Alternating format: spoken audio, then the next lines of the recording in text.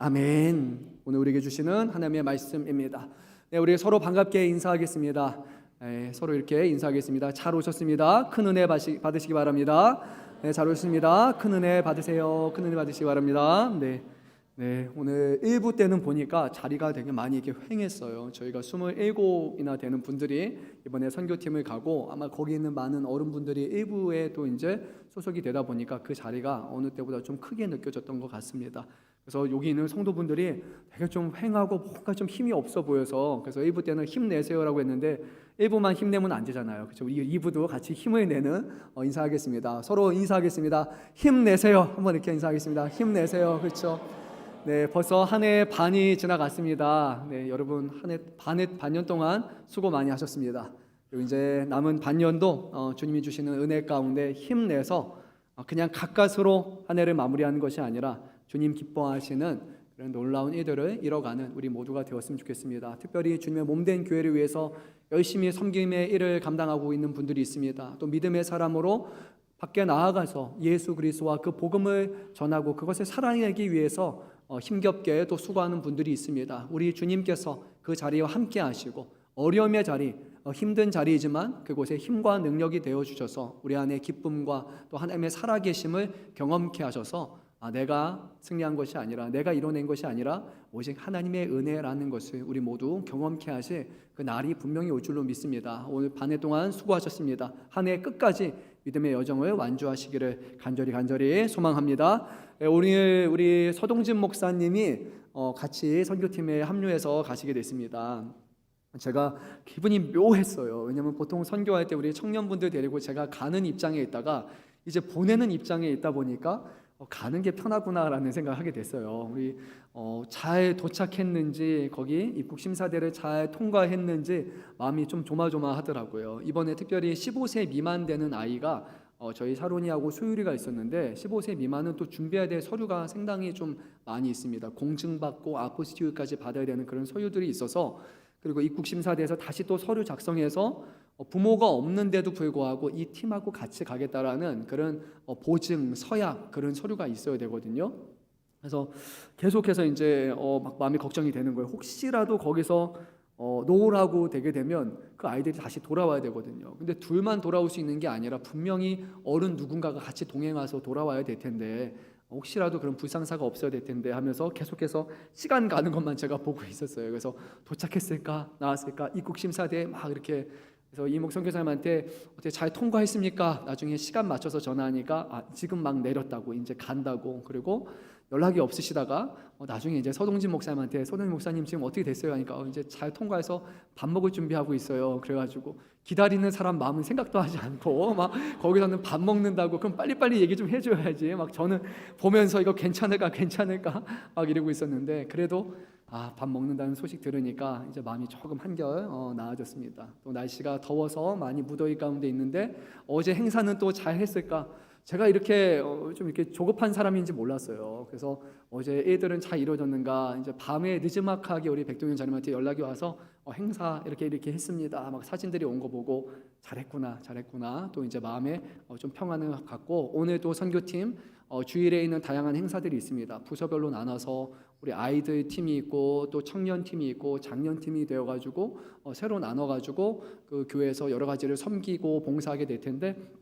하나님께서 우리 금천양문교회의 선교가 아니라 이것이 하나님의 선교가 되어서 하나님께서 이 양문 따띠아 교회 지금 좀 침체기라고 제가 알려져 있어요. 근데 이 우리 선교팀의 그런 열심과 또 헌신을 주님께서 기뻐 사용하셔서 이 양문 따띠아 교회 다시 한번 주님을 향한 복음이 뜨거워지고 그곳에 불쏘시개 같은 그런 역할을 잘 감당할 수 있도록 우리 선교팀을 위해서 기도해 주셨으면 좋겠습니다. 특히나 이 A교회 양문 따띠아 교회가 겪는 어려움 중에 하나가 사역자에 관한 것이에요. 거기를 섬길 수 있는 현지 사역자가 없습니다.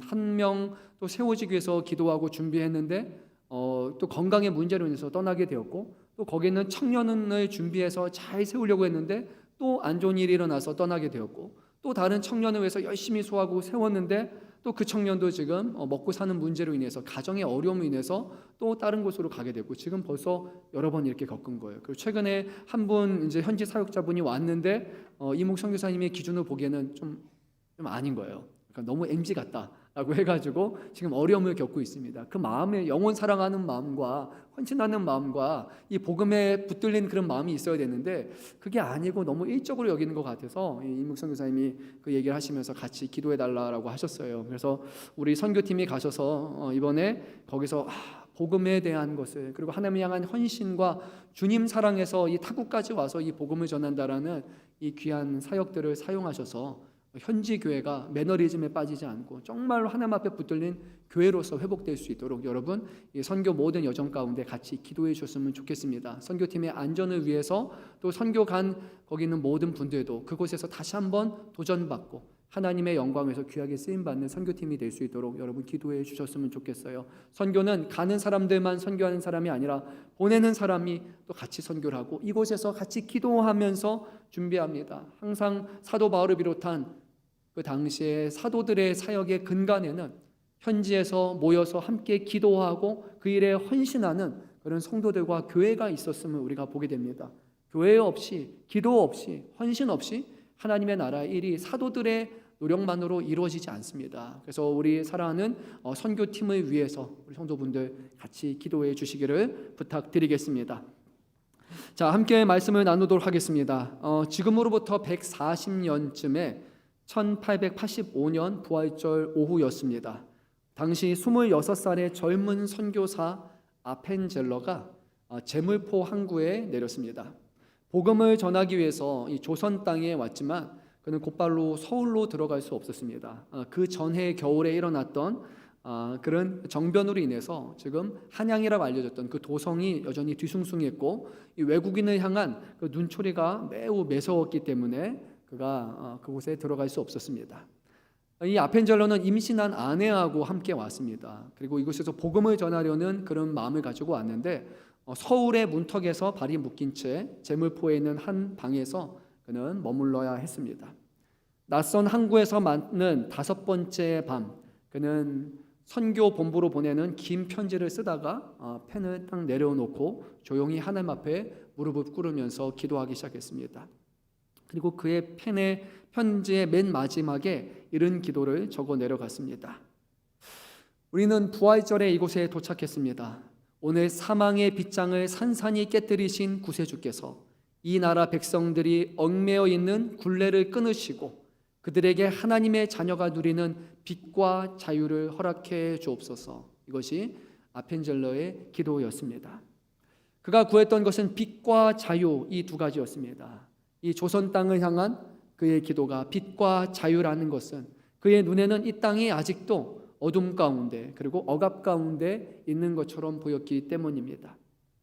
근데 우리는 이 어둠이라는 것에 대해서 생각해 보면 좀 가볍게 생각을 합니다. 어둠은 무엇인가? 빛이 보이지 않는 그런 것을 우리가 어둠이라고 생각을 합니다. 아무것도 없이 텅 빈 상태, 그것이 어둠이라고 생각하는 경향이 있습니다. 근데 그 어둠이요, 좀 다르게 다가오는 일이 있습니다. 우리의 삶에 큰 어려움이 닥치게 될 때 이 어둠은 비어있는 어둠으로 느껴지는 것이 아니라 우리에게 현존하는, 우리를 짓누르는 어둠처럼 그렇게 느껴져요. 한밤중에 차에 자고 있다가 깨가지고 마음의 염려함 때문에 깨서 이제 밖에 보게 될 때 짙은 얼음이 들이게 되면 뭔가 우리의 마음을 짓누르는 것 같은 그런 경험을 우리가 하게 됩니다. 또 사랑하는 사람들의 아픔과 사랑하는 사람들의 그런 일을 잃고 나서 그 자리에 있었던 사람이 보이지 않고 그 자리를 어둠이 메꾸는 것을 보게 될 때 우리의 마음속에 이 어둠이 아주 깊게 들이우게 됩니다. 그 가운데서 올라오는 가장 깊은 두려움의 감정은 제 생각에는 이것인 것 같아요. 지금 이 자리에 내가 혼자 있다라는 거예요. 누군가가 함께 내 곁에 있는 것이 아니라 이 어려움의 문제, 고민의 거리, 이것을 다른 사람과 함께 하는 것이 아니라 누가 나를 도와주는 것이 아니라 나 혼자 이 어둠 속에 있고 나 혼자 이 문제를 해결해야 된다라는 그 마음이 생각에 우리를 짓누르는 것 같습니다. 어둠, 성경에서는 어둠을 무엇이라고 말하는가? 바로 하나님의 부재한 것이며 하나님과 끊어진 것이 바로 어둠이라고 해요. 세상에서도 어둠이 홀로 된 것이라고 그렇게 본다면 성경에서 말하는 어둠은 하나님 없이 홀로 된 것, 그것이 바로 성경에서 말하는 어둠입니다. 오늘 본문의 이사야서 9장 말씀 또한 이 어둠에 대해서 말씀하고 있습니다. 이스라엘이 지금 큰 어려움을 겪게 됩니다. 이스라엘 땅에 죽음과 사망의 그런 어둠이 들이게 됐는데 그 이유가 이스라엘 백성이 하나님을 의지하지 않고 하나님의 부재를 경험했기 때문입니다. 그 가운데 오늘 우리에게 주시는 이 2절 말씀이 큰 위로가 되는데요. 하나님은 이사야 선지자를 통해서 이렇게 말씀하셨습니다. 흑암에 행하던 백성이 큰 빛을 보았고 사망의 그늘진 땅에 거주하던 자에게 빛이 비치도다. 아멘.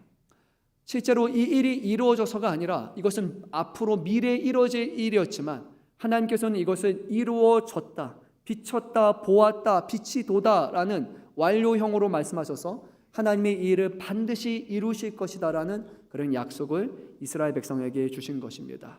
어둠에 있었던 백성에게 스스로 자신의 힘과 노력으로 그 빛을 만들어낸 것이 아니라 거기서 어떤 타개척을 만들어낸 것이 아니라 하나님께서 그들에게 빛이 되어 주셔서 어둠과 사망의 그늘에 있는 그들에게 빛으로 비춰주셨다, 비춰주실 것이다라는 약속이 바로 오늘 본문의 말씀입니다. 저는 이 말씀이 아주 중요하다고 생각이 듭니다. 예수를 믿는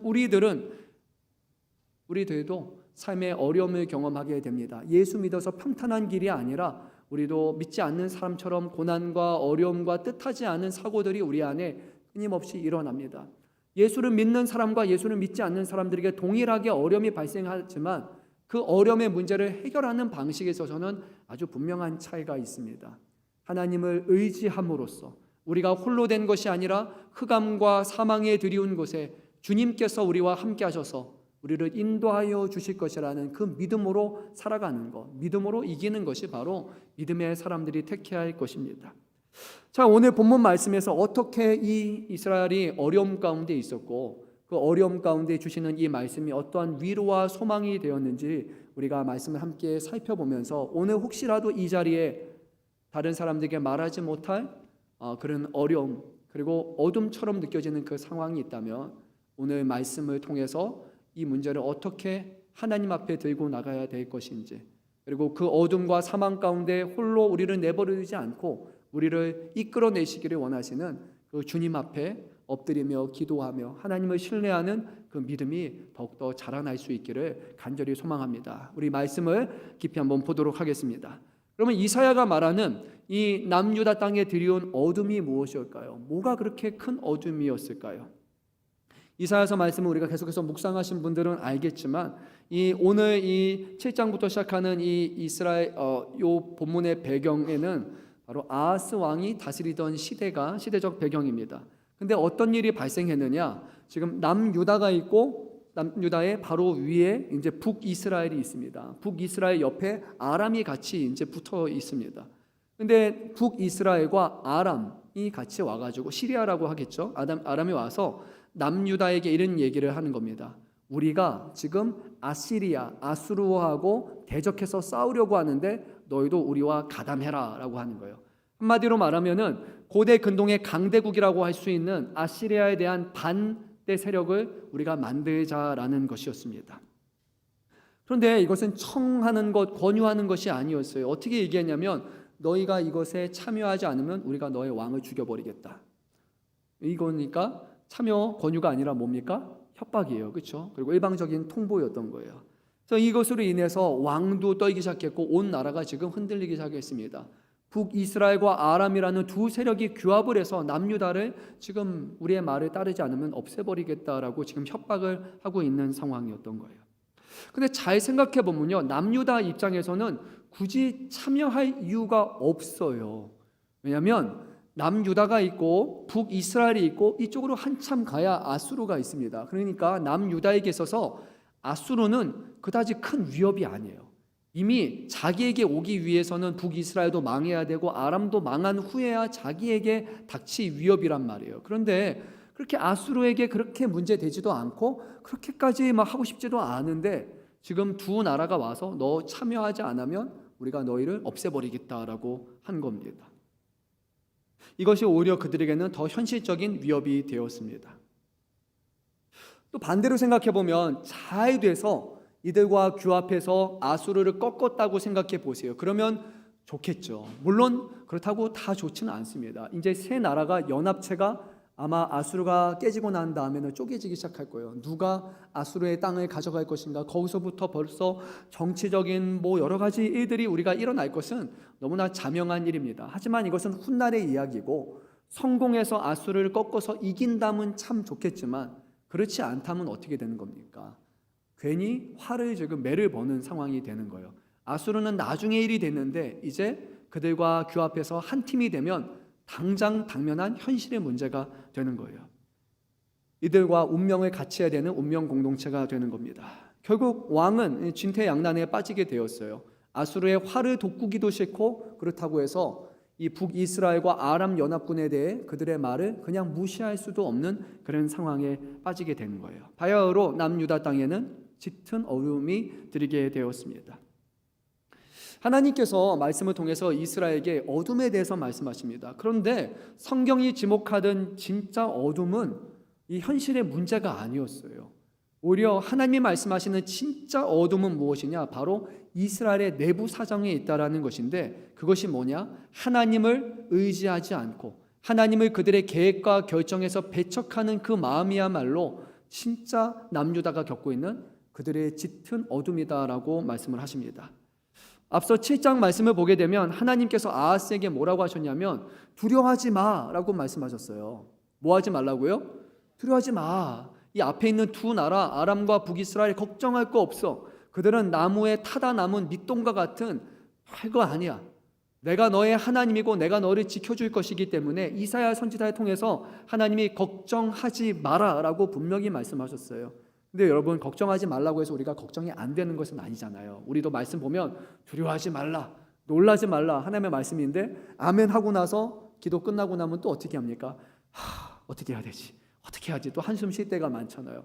그러니까 하나님이 이 남유다의 상황을 아셨고 이 아하스 왕을 잘 아셨기 때문에 이렇게 말씀하셨어요. 그래? 그러면 내가 너에게 징조를 줄게 라고 말씀하셨어요. 뭐를 준다고요? 징조요. 징조가 뭡니까? 하나님이 살아계신다라는, 하나님이 도우실 것이라는 분명한 징조를 줄 것이다라고 그렇게 얘기를 했습니다. 그런데 아하스 왕은요, 하나님 그래요, 징조를 주세요라고 얘기한 것이 아니라 뭐라고 했냐면 어떻게 하나님을 시험할 수 있습니까? 라고 얘기를 했습니다. 표면적으로 보면 이건 아주 거룩해 보이고 경건해 보이는 것입니다. 그런데 실제 속내는 다른 곳에 있었어요. 아하스 왕은 이미 마음속으로 결정을 내렸습니다. 자기는 두 나라 편에 같이 서는 것이 아니라 조용히 밀사를 보내가지고 아시리아의 사람을 보내가지고 내가 아시리아를 치지합니다. 그것을 위해서 자기가 금과 은을 보내기로 결정한 상황이었습니다. 근데 금과 은이 어디서 갑자기 나타납니까? 그렇게 부유한 나라가 아니었어요. 여러 가지를 가질 수도 있었지만 금과 은이 있는 장소가 있어요. 이스라엘에 어디 있는지 여러분 아십니까? 성전이에요. 하나님 앞에 드리는 예물과 성전을 금과 은으로 만들었기 때문에 하나님을 섬기고 하나님을 예배하는 성전의 기물들, 거기에 있는 보물들을 가져다가 아시리아의 왕에게 바치는 거예요. 하나님보다 당신이 더 위대합니다 라고 보여주는 거예요. 하나님을 섬기는 자가 하나님을 아수르의 왕 앞에 엎드리게 만드는 그런 끔찍한 일을 자행하고 있었어요. 경건이 아니라 실제로는 하나님을 완전히 배척하는 행위였습니다. 징조를 보여주겠다, 구해라, 그러면 내가 줄 것이다 했지만 이 왕은 하나님, 아니요, 상관없습니다. 하나님이 뭐라고 하시든지 하나님의 뜻과 하나님의 계획, 하나님의 결정, 하나님의 역사, 하나님의 일하심은 내가 받아들이지 않겠습니다. 나는 그것을 배척합니다라고 이 왕은 마음을 이미 정했던 것이었어요. 아하스는 하나님을 등지고 아수르 제국의 은과 금을 바치며 사람의 힘에 매달렸고요, 하나님이 함께 하신다라고 말씀하셨는데도 불구하고 스스로 하나님을 밀어내버리고 말았어요. 하나님을 이스라엘의 결정권자에서, 이스라엘을 다스리는 왕의 자리에서 하나님을 밀어내버린 것, 그것이 바로 이 남유다 땅에 들이오는 진짜 사망의 그늘이었던 것이에요. 사랑하는 성도 여러분, 우리가 살다 보면 어려움에 처하게 되고요, 우리도 어둠처럼 깊은 어둠을 경험할 때가 있습니다. 그것은 우리가 단지 못나서 약하거나 부족해서 찾아오는 것이 아니라 어떤 것은 불가항력적으로 우리에게 이루어지는 것이 있어요. 우리가 택하지 않았는데도 불구하고 이미 벌써 들이오는 짙은 어둠이라는 것이 우리가 있습니다. 그 환경을 바꾸려고 하지만 우리의 힘으로 환경을 바꿀 수 없는 것이 있어요. 눈 떠보니 북한 땅에서 태어났어요. 눈 떠보니 중동 땅에서 태어났어요. 그 환경을 우리의 사람의 힘으로 바꿀 수 없는 거예요. 그런 어둠이라는 것은 찾아오게 됩니다. 우리가 원튼 원치 않든 그런 일들이 옵니다. 근데 진짜 어둠은 그 환경이 아니라 그 환경 가운데 하나님을 의지하지 않는 것이 진짜 어둠이라고 성경은 우리에게 말씀하고 있어요. 여러분 잘 아는 말씀이 있잖아요. 사망의 음침한 골짜기를 다닐지라도 해를 두려워하지 아니하면 주께서 나와 함께 하심이라. 사망의 음침한 골짜기, 가장 깊은 어둠 속에서 다닌다 할지라도 두려워하지 않는 이유는 주님이 나와 함께 하십니다. 그러면 괜찮습니다. 주님의 막대기하고 주님의 지팡이가 나를 안위하실 것이라는 그런 믿음으로 가면 되는 건데, 그게 아니라 환경의 지배를 받아가지고 이 환경은 하나님조차도 어찌할 수 없는 것처럼 여기는, 하나님을 밀어내버리는 그것이야말로 진짜 어둠이라고 성경은 우리에게 비추어 보이는 거예요. 세상에서 가장 성공한 사람도 가장 똑똑한 사람도 하나님이 계시지 않는 그 자리는 어둠 속을 걷는 것과 같은 거예요. 한 치 앞도 내다보지 못합니다.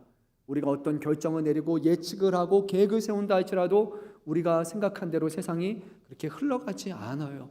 너무 정교한 계획을, 그리고 이렇게 하면 잘 될 거라고 우리가 생각했는데 그 계획이 무너져 버리게 될 때 우리의 인생은 깊은 시름을 하게 되고요. 그리고 일어나지 못할 정도의 수준으로 우리가 넘어지는 일들도 발생해요. 계획이 큰 만큼, 준비한 시간이 많은 만큼 그것이 이루어지지 않을 때 우리에게 돌아오는 후폭풍이 아주 크다라는 것을 우리는 경험을 통해서 너무나 잘 알고 있을 것이에요. 어쩌면 학생들은 이제 한 학기가 잘 끝났어요.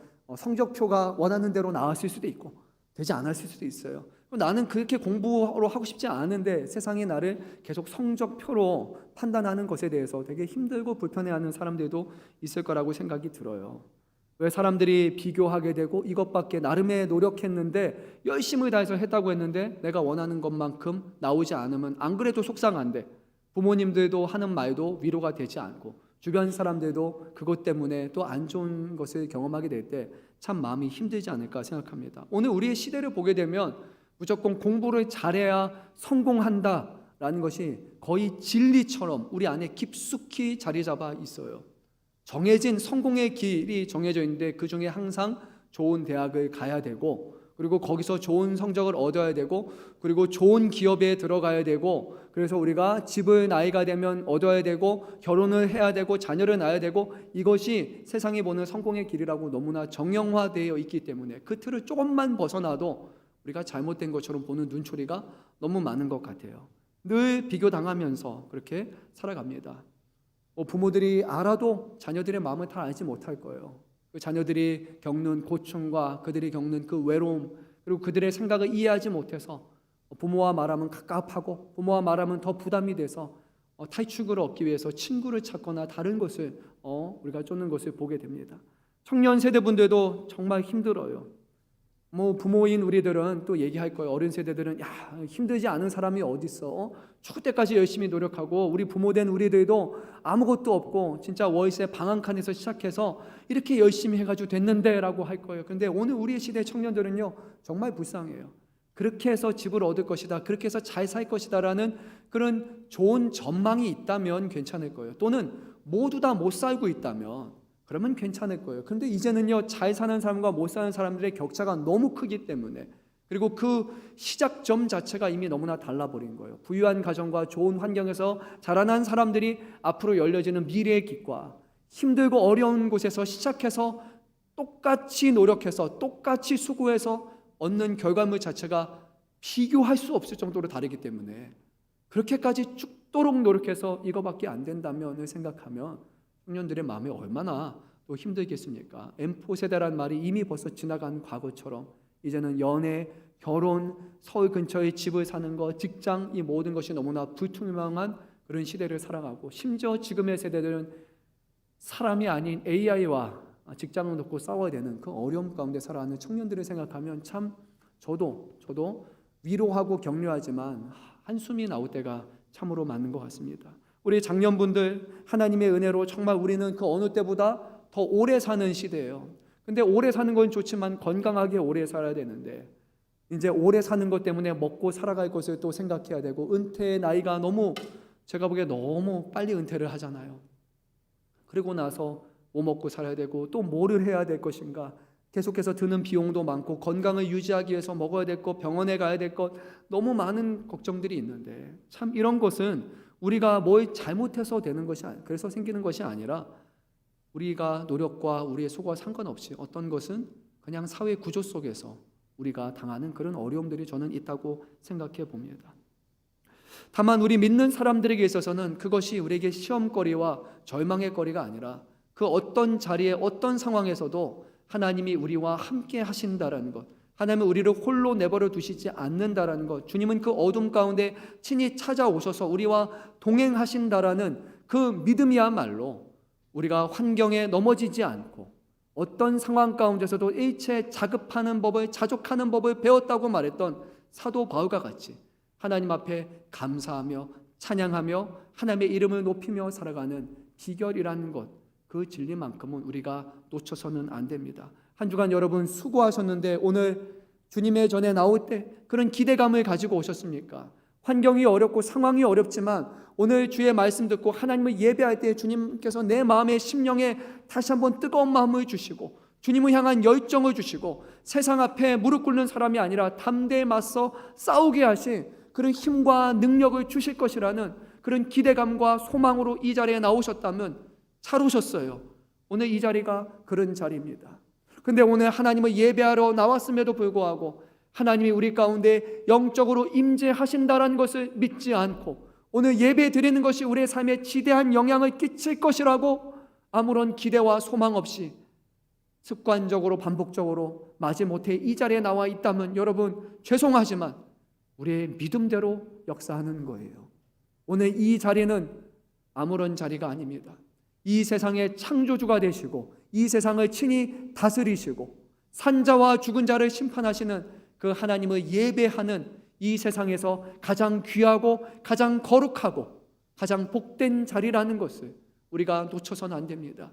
이 예배는 누군가에게 있어서는 하나님을 향한 간절한 소망이라고 불릴 만한 그런 예배가 될 것입니다. 우리가 너무 편안하게 은혜로 받았지만 모든 사람들이 하나님 앞에 예배의 자리를 누리며 살아가는 것이 아니라는 사실을, 또 우리가 지금 이 땅 가운데 하나님을 예배할 수 있게 되기 위해서 수많은 선교사들과 수많은 헌신들의 피와 희생과 눈물과 노력 가운데 이루어졌다라는 것을 우리가 한순간도 놓쳐서는 안 되는 거예요. 우리는 이 모든 것을 다만 값없이 하나님의 은혜로 받았음을 우리는 기억하면서 예배 자리에 나올 때 감사함으로 나와야 될 것이고, 오늘 우리 찬양대가 불렀던 찬양처럼 하나님을 향해서 전심을 다해 찬양하고 찬양하고 또 찬양하는 그런 예배가 되어야 할 줄로 믿습니다. 우리의 기분, 우리의 상황, 이것이 하나님을 찬양하지 못할 이유가 되지 않습니다. 다윗은 전쟁의 상황에서도 쫓기는 상황에서도 하나님을 감사하며 찬양의 시를 지었던 것처럼 우리에게 아무것도 없고 무화과 나무가 마르고 그리고 외양간에 아무것도 없다 할지라도 여호와 하나님이 계시다라는 이유만으로도 우리는 예수 그리스도로 말미암아 영생을 약속받았다는 이유 하나만으로도 하나님을 찬양하기에 충분하다는 사실을 성도분들 잊지 않으셨으면 좋겠습니다. 오늘 이곳에 오시는 분들은 마음의 염려와 두려움과 어려움으로 왔다 할지라도 돌아갈 때, 저하고 악수할 때, 저하고 인사할 때만큼만이라도 똑같은 표정으로 오지 않고 하나님 안에서 은혜 누리고 감사하면서 소망과 확신을 누리면서 힘차게 세상을 향해 내딛는 그런 우리 삶 가운데 변화가 꼭 일어났으면 좋겠습니다. 우리 하나님은 그런 하나님이십니다. 우리 하나님은 능력의 하나님이신 줄 믿으시기 바랍니다. 오늘 말씀을 이어서 보도록 하겠습니다. 하나님께서는 어둠 가운데 있는 이스라엘 백성을 그냥 내버려 두시지 않았습니다. 하나님께서 이 어둠 속으로 보내신 분이 계셨습니다. 우리 6절 말씀을 함께 읽어보도록 하겠습니다. 이는 한 아기가 우리에게 낳고 한 아들을 우리에게 주신 바 되었는데 그의 어깨에는 정사를 메었고 그의 이름은 기묘자라 모사라 전능하신 하나님이라 영존하는 아버지라 평강의 왕이라 할 것임이라. 아멘. 하나님께서 이 어둠을 이기시려고 보내신 것은 강력한 군대가 아니었습니다. 위대한 지도자, 위대한 정복자가 아니었습니다. 오늘 말씀에 누구를 보내신다 말씀하셨습니까? 한 아기를 보내신다 하셨습니다. 아기는 어떤 존재입니까? 세상에서 가장 연약한 존재예요. 부모의 관심 속에서 살아나지 않으면 안 돼요. 24시간 내내 부모의 곁에서 부모의 관심과 보호함과 그 보살핌이 없으면 살아갈 수 없는 존재가 바로 이 갓난 아기예요. 근데 하나님께서는 이 갓난 아기면 충분하다라고 말씀하시는 거예요. 이미 7장 말씀에서 하나님은 아하스의 거절에도 불구하고 이렇게 말씀하셨어요. 처녀가 잉태하여 아들을 낳을 것이요 그 이름을 임마누엘이라 하리라. 우리는 이 아이가 이 땅에 오신 예수님이라는 것을 알고 있지만 구약의 성도들은 이것을 알지 못했단 말이에요. 근데 잘 생각해 보세요. 처녀가 잉태하여 아들을 낳았다 생각해 보세요. 이거는 말이 되지 않죠. 이것이 말이 되게 하려면 분명히 아빠가 있어야 되는데 아빠가 떠난 그런 상황이라고 우리가 봐야 될 거예요. 그것이 인간적으로 볼 때 일어나는 것입니다. 여러분, 남편 없이 아버지 없이 자란 아들, 이 고대 시대에서 이 사람들의 미래는 거의 정해져 있어요. 노예, 누군가의 종이에요. 이스라엘 백성, 이 고대 사람들은 여성에게 있어서 일할 수 있는 권한이 없었어요. 전적으로 아버지나 또는 남편에게 의존해야 되는 상황이란 말이에요. 그런데 지금 이 아이는 남편 없는, 아버지 없는 아이가 되었단 말이에요. 누군가의 돌봄을 받아야 되는데 자기를 떠난 부모, 아버지 홀로 내버리는 상태가 바로 이 상태예요.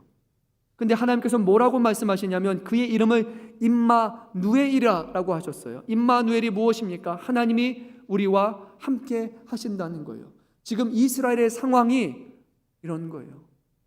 사랑하는 남편이 떠난, 이스라엘을 아버지를 떠난 것처럼 보이는 그런 상황이지만 하나님께서는 아니야, 내가 너와 함께 할 것이라는 그런 약속의 징표로서 주시는 거예요.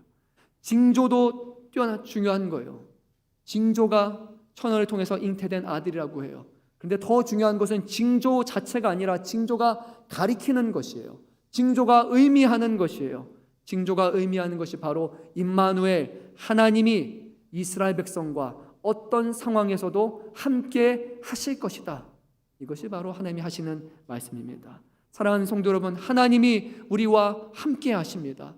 하나님이 그의 사랑하는 자녀와 백성과 항상 함께 하신다는 것, 이거 놓치시지 않았으면 좋겠어요.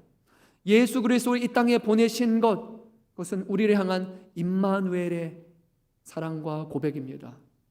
하나님이 우리를 버리지 아니하시고 영원토록 함께 하신다는 거예요. 하나님께서 보내신 것은 강력한 군대도 위대한 정복자도 아니고 아버지 없는 한 천을 통해주는 아이라 할지라도 하나님이 함께 하신다면 충분하다라는 거예요. 아하스 왕이 아시리아를 선택한 이유는 하나예요. 그들이 강력하다라는 거예요. 그들에게는 힘과 능력과 군대가 있다라는 거예요. 사람의 기준으로는요, 그렇게 택할 수밖에 없어요. 누가 힘이 있는가? 누구를 선택해야 성공하고 누구를 선택해야 우리가 실패하지 않는가? 오늘 우리의 시대는 미국이라고 얘기하잖아요. 한국에 투자하지 말고 미국에 투자하세요. 보통 다 그렇게 얘기하잖아요. 세상의 기준을 보면 맞아요. 가장 강력한 사람을 택하는 것, 그에게 우호적인 관계를 누리는 것, 그것이 성공하는, 실패하지 않는 비결일 것입니다. 그런데 하나님은요, 그것이 아니라 진짜 우리가 의지해야 되는 것은 가장 강력하신 분, 바로 하나님이시면 된다라는 거예요. 가장 강력한 아수르도 하나님이 보내신 어린아이에 비하면 아무것도 아니다 라고 하나님은 지금 말씀하고 있는 거예요. 갓난아기조차도 하나님의 손에 붙들리면 아수르를 꺾을 수 있는 그런 능력이 된다. 우리 하나님은 우리에게 분명하게 말씀하고 있습니다. 아하스는 결국에 끝끝내 어둠을 이기려고 아수르, 아시리아의 힘을 빌렸고 그 결과가 어떻게 되는지 여러분 아십니까? 결국 아수르가 남유다를 쳐들어와서 아수르가 종살이를 하게 됩니다. 그것이 성공의 길이라고, 그것이 우리가 위기를 모면하는 길이라고 여겼지만 그것이 실제로는 더 큰 화를 불러들이는 그런 일로 나타나게 됩니다. 사랑하는 성도 여러분, 오늘 이 말씀을 전하면서 우리 점검해 봐야 됩니다. 하나님의 능력을 여러분 신뢰하고 계십니까? 하나님의 지혜와 하나님의 살아계심과 하나님의 능력을 정말로 신뢰하고 있습니까? 아니면 우리의 삶의 어떤 중요한 문제를, 현안을 앞두고서 우리가 결정을 내릴 때 하나님, 에휴, 굳이 이거 하나님께 묻지 않아도 괜찮아요. 하나님, 제가 이미 다 결정 내렸고요. 제가 이미 이것에 대해서 어떻게 할지 계획도 갖고 있으니까 하나님은 간섭할 필요가 없으십니다.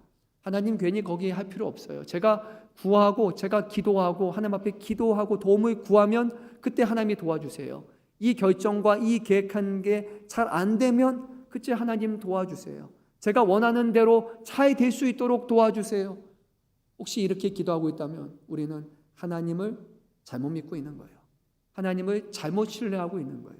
하나님을 신뢰하고 하나님을 믿는다라는 것은 그 원점이 하나님 앞에 돌아가는 거예요. 이 모든 시작부터 이 모든 진행 결과와 모든 여정 가운데 하나님의 뜻을 구하는 것이 시작점이 되어야 돼요.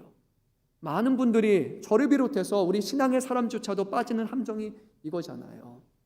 우리의 자녀, 우리의 인생 어떤 결정을 내리기 전에 잘 될 것인가 안 될 것인가, 이렇게 하면 좋을 것인가 안 될 것인가, 하나님 앞에 무슨 무당을 만나듯이, 족집게 되는 무당을 만나듯이 하나님 이 대학입니까 저 대학입니까, 하나님 이 직장입니까 저 직장입니까, 이 아파트입니까 저 아파트입니까, 우리가 하나님 앞에 그렇게 구하고 있다면 하나님은 전혀 다른 걸 말씀하고 있을 거예요. 그게 아니라 무엇이 나를 위하고 무엇이 내게 기쁨이 되는 것인가, 하나님이 이것이 아니라 어떤 것이라 할지라도 하나님이 나를 믿고 신뢰한다면 내가 그곳에서 역사를 이루어줄 것이다. 이것이 우리 하나님이 말씀하시는 거예요. 우리 하나님을 이것 아니면 저것 수준으로 만들지 않았으면 좋겠습니다. 이거 안 되고 저거 안 되면 하나님 계시지 않는 것처럼, 하나님의 능력이 없으신 것처럼, 하나님의 응답하지 아니하시는 것처럼 그렇게 하나님을 쉽게 여기지 않았으면 좋겠어요. 하나님은 그 일의 진행도, 그것이 패망도, 그 모든 것에 관여하시고 주관하시는, 이 모든 것을 설계하시는 진정한 설계자라는 것을 우리가 놓쳐서는 안 됩니다. 이 세상을 다스리시는 하나님이 우리의 인생의 크고 작은 문제 그거 하나 해결하지 못해가지고 하나님이 쩔쩔매시는 그런 분이시겠습니까? 아니잖아요. 성경은 우리에게 누누이 말씀하잖아요. 사람의 어떤 지혜도 하나님의 어리석음보다 못하다라고 말하잖아요. 하나님이 어리석은 분이 아니시지만 하나님을 어리석다 가정해도 우리 인간의 가장한 뛰어난 지혜보다 그것이 하나님의 어리석음을 이길 수 없다라는 거예요. 하나님을 신뢰하고 하나님을 의지하는 것, 그것이 성경은 믿음이라고 우리에게 분명히 말씀하고 있습니다. 이제 이 아이에게 하나님은 4가지 이름을 주셨습니다. 그 이름은 기묘자라, 모사라, 전능하신 하나님이라, 영존하는 아버지라, 평강의 왕이라 할 것이라. 이 4가지 이름들은 결국 어둠 속에 있었던 남유다의 백성들을 하나하나 빛으로 끌어내는 데 필요한 것이었습니다. 길을 잃고 어찌할 바 모르는 그때 하나님께서는 기묘자라, 모사가 되어서서 사람의 계산을 뛰어넘는 지혜로 인도하시겠다 말씀하셨습니다. 힘이 다 빠져 주저앉으려고 할 때 그 연약한 아이가 실은 전능하신 하나님이라 말씀하시면서 두려워 말라, 하나님을 의지하라 하셨습니다. 세상 누구도 나를 끝까지 지켜주지 못한다고 느껴질 때 하나님은 나는 하루 이틀 존재하는 너의 아버지가 아니라 영존하는 아버지가 되어서 영원토록 너를 붙들어 줄 것이다, 하나님은 말씀하셨습니다. 관계가 깨어지고 삶의 두려움 때문에 평강이 사라지게 될 때 하나님께서는 이렇게 말씀하셨어요. 나는 평강의 왕이 되어서 너에게 끊어진 것을 회복시키시고 세상이 줄 수 없는 진정한 평강을 너에게 줄 것이다. 우리 하나님은 이 4가지 이름을 통해 이스라엘을 어둠에서 건져내시겠다 약속하신 것입니다. 이 아기의 이름 안에 우리의 모든 어려움에 대한 응답이 담겨 있습니다. 앞서 말씀드린 것처럼 신약 성경은 이 아이가 누구인지를 분명히 밝힙니다. 마태복음 4장 16절은 이사야의 이 말씀을 인용하면서 갈릴리에 오신 예수님을 두고 흑암에 앉은 백성이 큰 빛을 보았다 말씀하며, 바로 이스라엘 백성이 끝끝내 기다리고 바라봐야 될 영존하신 하나님이 바로 예수 그리스도시라고 우리에게 분명히 말씀합니다. 한 가지 우리에게 오는 두려움이 있을 수 있습니다. 하나님이 이런 약속을 하셨습니다. 하나님이 그렇게 하시고 우리에게 이루어주신다고 하십니다. 근데 제가 기다리고 기도했는데 하나님 상황이 변하지 않는 것 같아요. 하나님은 약속하셨는데 그 약속을 정말로 이루십니까? 라는 의구심이 우리에게 들 수도 있습니다. 오늘 놀랍게 하나님은 그런 의심 많은 우리들에게 이런 말씀하셨습니다. 7절 말씀인데 우리 7절의 마지막 말씀을 한번 읽어보도록 하겠습니다. 만군의, 여기서부터 한번 읽도록 하겠습니다. 만군의 여호와의 열심히 이를 이루시리라. 아멘. 다시 한번 읽겠습니다. 만군의 여호와의 열심히 이를 이루시리라. 아멘. 하나님은 말씀하셨어요. 하나님은 만군의 여호와시고 하나님은 열심히 있는 하나님이시고 사람의 노력과 사람의 수고와 사람의 역사가 아니라 열심히 많으신 하나님께서 그 열심으로 이 일을 행하실 것이다 라고 얘기하셨어요. 하나님의 열심은 포기하지 않는 열심이라는 것을 우리가 잘 알고 있습니다. 이스라엘 백성이 아무리 마음이 완악해져도, 목이 뻣뻣한 백성이라 할지라도, 하나님 앞에 반역하고 하나님 앞에 불순종하고 우상을 섬겼던 이스라엘 백성이라 할지라도 하나님이 그들을 끝끝내 버리지 아니하시고 포로된 그들에게 다시 희망을 주시고 하나님의 아들을 통해서 그들을 살리시는 그 열심히 뛰어나신 하나님이 우리 하나님이시라고 성경은 말씀하고 계세요. 여러분, 그래서 우리의 소망은요, 우리가 얼마나 잘 버티느냐, 우리의 소망은 우리가 얼마나 열심히 일을 하느냐, 거기에 달려있지 않습니다. 우리의 소망은 하나님이 포기하지 아니하시는 하나님이시고 하나님이 그 열심히 뛰어나신 하나님이시라는 그 하나님의 성품과 하나님의 거룩하심이 바로 우리의 흔들리지 않는 소망이라는 것을 여러분 놓치지 않으셨으면 좋겠습니다. 그것이 우리가 어둠처럼 보이는 짙은 어둠, 사망이 드리운 곳에서도 포기하지 않고 우리가 앞을 향해 나아갈 수 있는 이유는 바로 하나님이 열심을 내시는 하나님이시기 때문입니다. 갈릴리의 이 땅에 오신 예수 그리스도께서는 우리의 어둠을 아셨기 때문에 그 어둠을 대신 지시기로 결정하셨습니다. 예수 그리스도께서 자라나셔서 십자가에 달리셨을 때 어떤 일이 일어났습니까? 온 땅에 어둠이 임했습니다. 3시간 동안 이 세상은 어둠 가운데 휩싸이게 되었습니다. 그리고 예수님은 이렇게 부르셨어요. 나의 하나님, 나의 하나님, 엘리 엘리 라마 사박다니 어찌하여 나를 버리셨나이까 라고 하셨습니다. 어둠을 뭐라고 말했습니까? 하나님의 부재, 하나님과 끊어짐이라고 했습니다. 그런데 그 끊어짐을 누가 당하시고 누가 대신 지셨어요? 예수 그리스도께서 지셨어요. 예수님께서 가장 깊은 어둠, 하나님이 완전히 안 계신 그 자리까지 깊이 들어가셔서 하나님께 배척과 버림을 받으신 이유가 무엇이냐? 우리가 마땅히 겪어야 될 그 버림받음을 그분이 대신 짊어지신 거예요. 우리가 어둠 가운데 살아가지 않게 하기 위해서 예수님께서 우리를 위해 그 어둠 속으로 자처하여 들어가셨던 거예요. 그것이 우리에게 베푸신 은혜고 복음입니다. 그것이 하나님이 우리를 향한 열심이라는 것을 놓치지 않으셨으면 좋겠어요. 어둠의 자리에 있다면, 낙심의 자리에 있다면 거기서 어둠 가운데 꽁꽁 숨어 있는 것이 아니라, 낙심하고 낙담할 것이 아니라 여러분의 자리에 찾아오시는 예수 그리스도를 붙들어야 되는 거예요. 그분이 여러분 곁에서 여러분을 이끄시고 여러분을 빛으로, 구원으로 다시 이끌어 가실 것이기에 그 자리가 주님을 만나는 자리고 그 자리가 하나님의 은혜를 경험하는 자리지 그 자리는 실패하고 넘어지는 자리가 아니라는 것을 여러분 기억하셨으면 좋겠습니다. 우리 대한민국 땅에 복음이 없었을 때, 어둠이 짙게 드리웠을 때 하나님께서 이 대한민국을 사랑하셔서 우리에게 빛을 보여주셨습니다. 앞서 말씀을 전했습니다. 우리 대한민국에는 많은 선교사들이 있습니다. 그 중에 한 명 여러분 아실 만한 분이 있습니다. 언더우드라는 그런 선교사님이 있습니다. 이 선교사님은 원래 조선에 오려고 대한민국에 오려던 선교사가 아니었습니다. 인도로 가려고 의학까지 공부하면서 준비했던 사람이었습니다. 인도로 가려던 차에 그가 들었던 소식이 하나가 있었어요. 조선 땅에 갈 선교사가 없다. 대한민국에 복음을 전할 사람이 없다. 그것이 이 선교사님의 마음을 돌이켜서 대한민국 땅에, 조선 땅에 오게 했습니다. 한국에 갈 사람이 없다라는 그 한마디로 하나님은 이 언더우드 선교사를 대한민국 땅으로 돌리셨습니다. 중국 상하이에서 일하던 선교사가 있습니다. 알렌이라는 사람 여러분 다 아실 겁니다. 재정원으로 아는 사람. 한국에 오는 선교사가 아니었습니다. 중국에서 있던 사람이었어요. 상하이에 있던 사람이었어요. 하나님께서 그 사람의 마음과 그의 방향을 틀어서 우리 대한민국 땅을 향한 첫 번째 선교사로 그를 세우셨어요. 그뿐만일까요? 조선의 땅을 한 번도 밟지 못한 또 다른 선교사가 있어요. 스코틀랜드 출신의 존 로스라는 선교사님이 있어요. 그분은 만주에서 그곳에 있는 조선 사람들과 함께 우리 대한민국을 복음으로 변화시키 우리말 성경을 번역하게 이르렀습니다.